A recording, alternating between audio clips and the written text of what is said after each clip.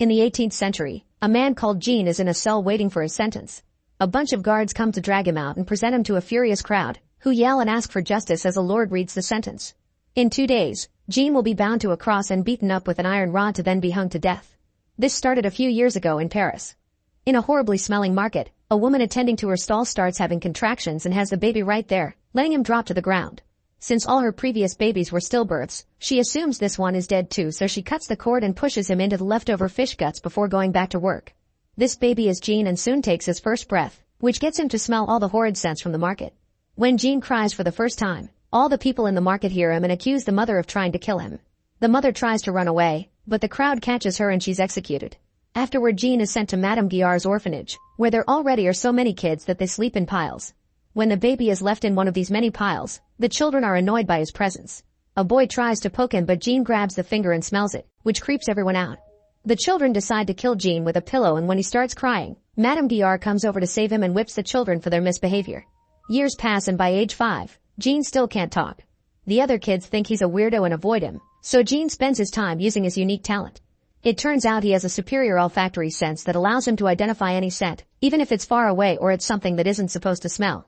At this age, Jean still can't differentiate good from bad smells. He just likes exploring and discovering new scents. Sometimes he even smells dead animals, and the other kids would throw rotten fruit at him for being creepy.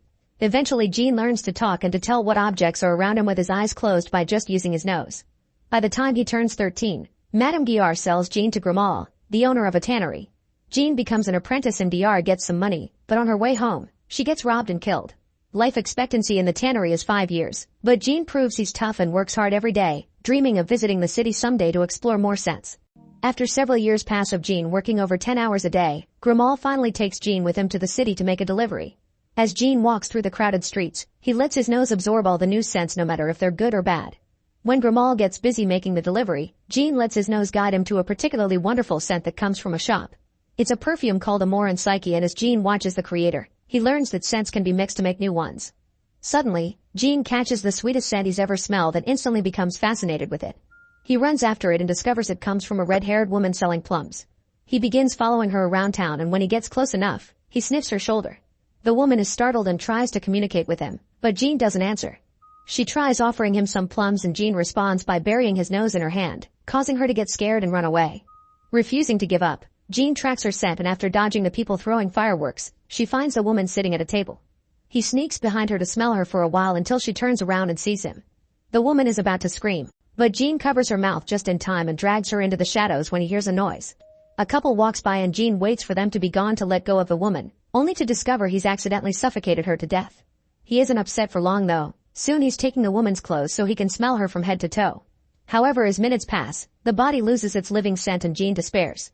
That night, Grimal beats him up for running off. Then Jean can't sleep because he keeps thinking about the woman's scent and decides his goal in life is a way to preserve someone's scent to never lose it again. Meanwhile, Giuseppe laments his lack of clients. He used to be the best perfumer in the country, but since his rival made Amour and Psyche, clients won't come to him anymore. Desperate to revive his business, Giuseppe tries to figure out the formula of Amour and Psyche, but no matter how much he smells it, he can't get it right. One night, Jean brings a delivery for Giuseppe, who allows him to enter his lab to drop the order. Jean is amazed by all the ingredients and smells, and he can tell that Giuseppe has been experimenting with Amour and Psyche. He tells him what ingredients he's missing, claiming to be the best nose in Paris. Giuseppe is skeptical and tells Jean to prove himself. Without hesitation, Jean begins mixing all the ingredients, ignoring Giuseppe when he scolds him for not using the right techniques. When Jean's done, Giuseppe is shocked to discover he's perfectly recreated Amour and Psyche, but Jean says it's not a good perfume yet. He quickly starts mixing again, but Giuseppe is angry that someone inexperienced has bested him, so he kicks Jean out. Afterward, Giuseppe smells the second perfume Jean made, and the wonderful smell makes him feel in heaven. The next day, Giuseppe buys Jean from Grimal, who happily accepts the money and gets drunk with it. When he leaves the tavern, he tries to dodge an incoming carriage and falls, hitting his head and falling into the river where he dies. Meanwhile, Jean starts working as Giuseppe's apprentice, learning all about the trade and creating a variety of wonderful perfumes that pushes Giuseppe's shop back into being the best in town. Giuseppe teaches Jean that perfume is made of 12 notes and that a legend speaks of the perfect 13th essence that could be added to dominate the others, but it's never been found. These words make Jean think about the woman he killed, and that night he dreams of her. Remembering his life goal, Jean asks Giuseppe to teach him how to preserve any scent. The next day, Giuseppe teaches Jean how to extract the essence of 10,000 roses by boiling them at the right temperature until the oil condenses and drops into a tiny flask. It takes a lot of waiting, but eventually the machine releases the rose oil, and Jean is so impressed that he starts experimenting on his own. He grabs random things from the street like chains and a horseshoe, and puts them inside the device, hoping to get their scents. In the morning, Giuseppe wakes up when he hears loud noises coming from his lab. He rushes there to discover Jean having a breakdown, and the boy accuses him of lying because his system can't extract the smell of anything, just a few things. Giuseppe can't believe that Jean has been trying to get the scent of metals, which aren't supposed to smell. When Giuseppe checks inside the machine, he's horrified to discover Jean has put his cat in it, trying to get its scent as well. Giuseppe yells at Jean, telling him he can't distill the scent of a living being, and suddenly Jean passes out. After such a revelation, Jean quickly falls ill. Giuseppe is devastated and pays for good doctors to take care of Jean, but they can't even tell what he has. On his deathbed, Jean asks if there's any other method to extract a scent, so Giuseppe tells him about enfleurage, a technique only used in the city of Grasse. This information immediately helps Jean, and in just a few days, he's healthy again. Now Jean wants to travel to Grasse, but he'll need the proper paperwork, so Giuseppe grants it to him in exchange for 100 new perfume formulas. After Jean leaves, Giuseppe goes to bed feeling very happy, but suddenly his house crumbles and kills him. On his way to Grasse, Jean finally gets to explore the countryside, and his mood greatly improves thanks to the pure air. Instead of taking the short roads through various towns, Jean decides to walk through the mountains to keep breathing clearly. He ends up climbing to the top of a mountain and hiding inside a cave, where for the first time he can only smell one thing: the scent of dead stone. The lack of thousands of smells overwhelming him makes him relax so much that he ends up staying there for several years, and he would have stayed longer if it wasn't for the dreams of the plum woman. When Jean finally comes out again, he washes his body in the rain and realizes that he doesn't have a scent like everybody else, making him feel like a nobody. That moment he swears he would prove to the world that he's exceptional. Afterward, Jean finally keeps traveling, and when he's about to reach Grasse, he catches an amazing scent, even better than the plum woman's. A carriage suddenly passes by and he discovers the scent belongs to the beautiful Laura. Excited, Jean runs all the way to Grasse and follows his nose until he makes it to a fancy mansion, so he sneaks inside the garden and watches Laura from afar. He gets as close as he can to smell her scent, but his time is cut short when her father Richie sends her back inside. The next day, Jean starts working in a perfume shop where he learns the art of enfleurage under the supervision of Drouot.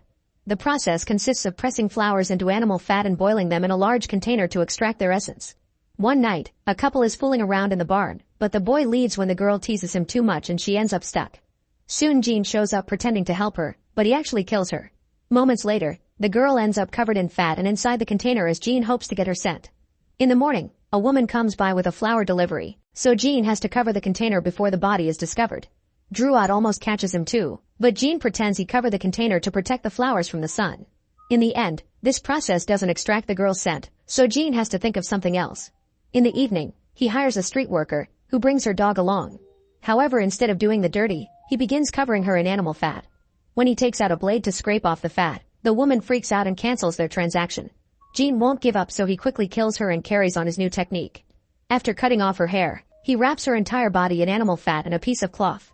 A few hours later, Jean scrapes off the fat and puts it through a whole complicated process that finally extracts the scent of a human being. The next morning, while the locals find the abandoned body, Jean tests the scent by putting just a drop on his hand. The woman's dog immediately runs to him, thinking it has smelled its owner. Pleased with himself, Jean puts this scent in the first bottle out of 13, planning to find all the right notes for the perfect perfume.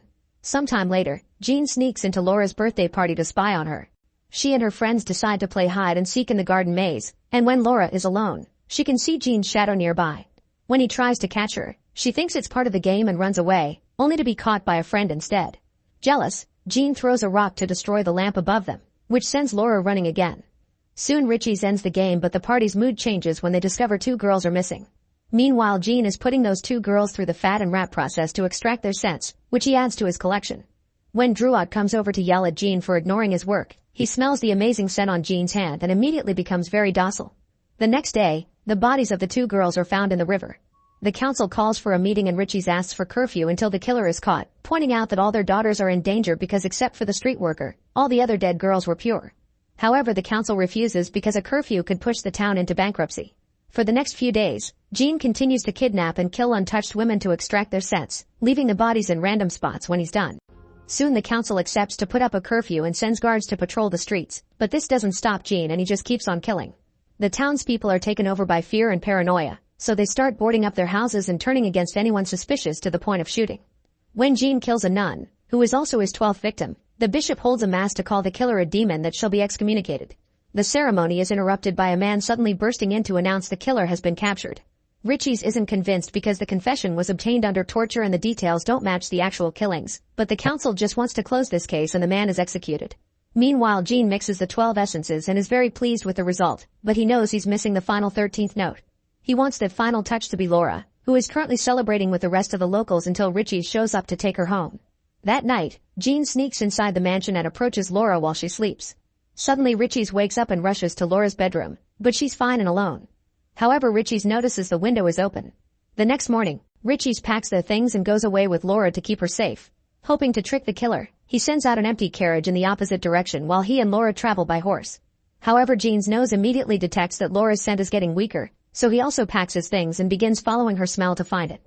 Back in town, the street worker's dog is also smelling things out and finds its owner's clothes buried in the dirt. This is noticed by Druot, who keeps on digging and soon finds all the dead women's clothes and hair. Sometime later, Richie's and Laura arrive at a remote inn and rent all the rooms. Richie's chooses a room with no windows for Laura and locks her up for the night. Still tracking her scent, Gene finds the inn, sneaks through the servant's room, and steals the key from Richie's night table to finally reach Laura. When he's about to kill her, Laura opens her eyes and looks at him, making him hesitate. The next morning, Richie's checks on his daughter and is horrified to discover she's dead. Meanwhile, Gene finishes extracting Laura's essence and adds it to the other 12 to finally create the ultimate perfume. Before he can sniff it properly, he's surrounded by soldiers and gets arrested, but he gets to hide the perfume in his pocket. Afterward, Richie's waterboards Gene to make him confess why he killed Laura, but Gene only answers, "I needed her." Back to the beginning, the day of Gene's execution comes and the whole town gathers to watch.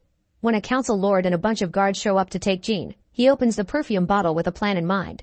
Moments later, a carriage arrives at the town square and Gene comes out wearing the lord's clothes plus a few drops of his perfect perfume.